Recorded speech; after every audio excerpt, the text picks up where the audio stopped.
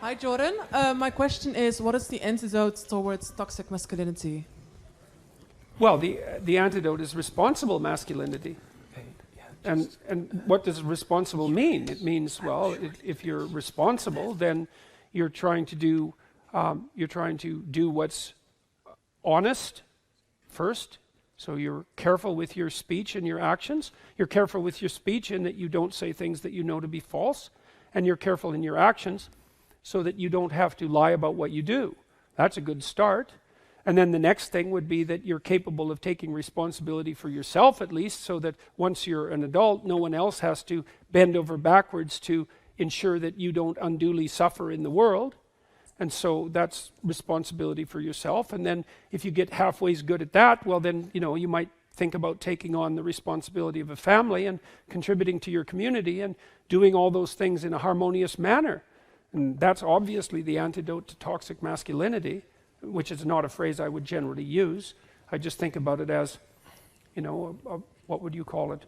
I think sinful behavior is a much more accurate representation personally, but it's honesty and responsibility. And I do think about it as a function of harmony. I got that a lot from reading Jean Piaget, whose work was a psychological extension of Kant's categorical imperative, because Kant believed that you should act in a manner such that if the way you acted became a universal, that would be beneficial. But Piaget formalized that very nicely, showing that one of the bases for the emergence of a system of genuine ethics was an iterable form of reciprocity. So that, so for example, I can give you a quick example of that. My granddaughter, who's now 15 months old, has discovered a new game, and it's a Piagetian game, a developmental game, and she discovered this by watching, but also on her own, and partly because it's a very deep part of human nature. So she has this little wooden spoon, and her game is, you sit with her at the table, and her game is, she gives you the spoon, and then you take it, and then you give it back, and then she's all happy about that, and then she gives the spoon to the person who's sitting beside her, and then they give it back to her, and she's very happy about that. And so it's an amazing game, because she's learned to give up something, to let go of something that she wants, and to trust someone else to return it to her, and that's what she's playing with. And then you can play with that game. It's quite fun. So, and you have to pay careful attention to her and watch how she's manifesting her emotions. And so maybe what you do is you take the spoon and you hide it under your hand. That sort of disconcerts her a bit. Then you show it to her and pick it up and give it to her, and she's happy about that, because what she sees is that the principle of reciprocity can maintain itself across a set of transformations, and that's really exciting to her. Or you can give her the spoon, and she can give it back to you, and then she can reach for it, and you can pull it away 1/4 of an inch, and that sort of disconcerts her, and then she'll...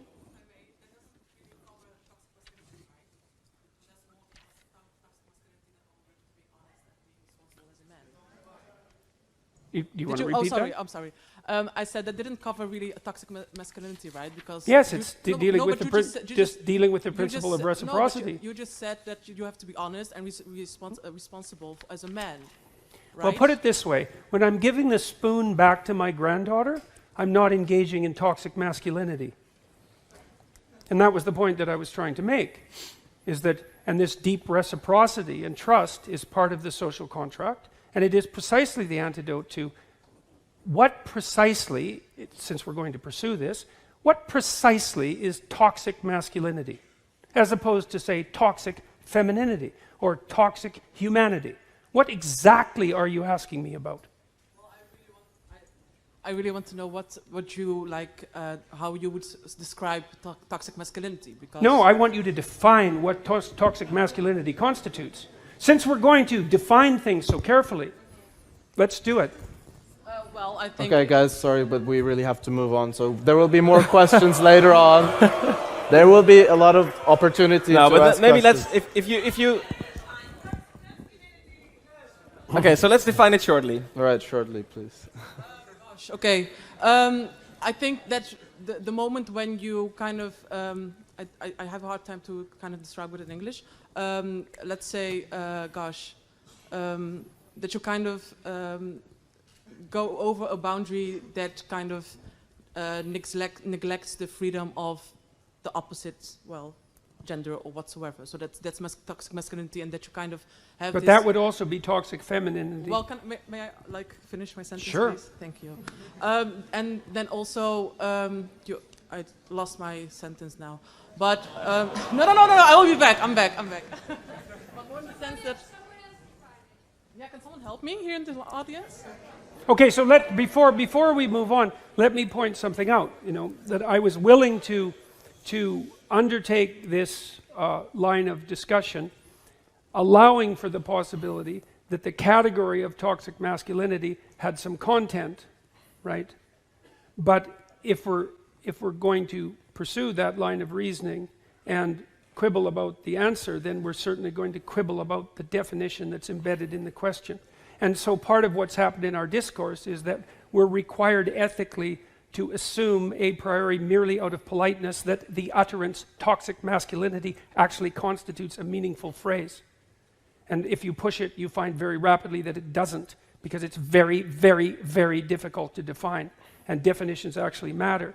And so if it's a matter of transgressing against the boundaries of gender-appropriate behavior, well, first of all, that indicates that there's something universal and normative about gender-appropriate behavior, which is something that people who push the idea of toxic masculinity generally tend not to presume. And second, it's just as likely to happen among women as among men, in which case it's not toxic masculinity.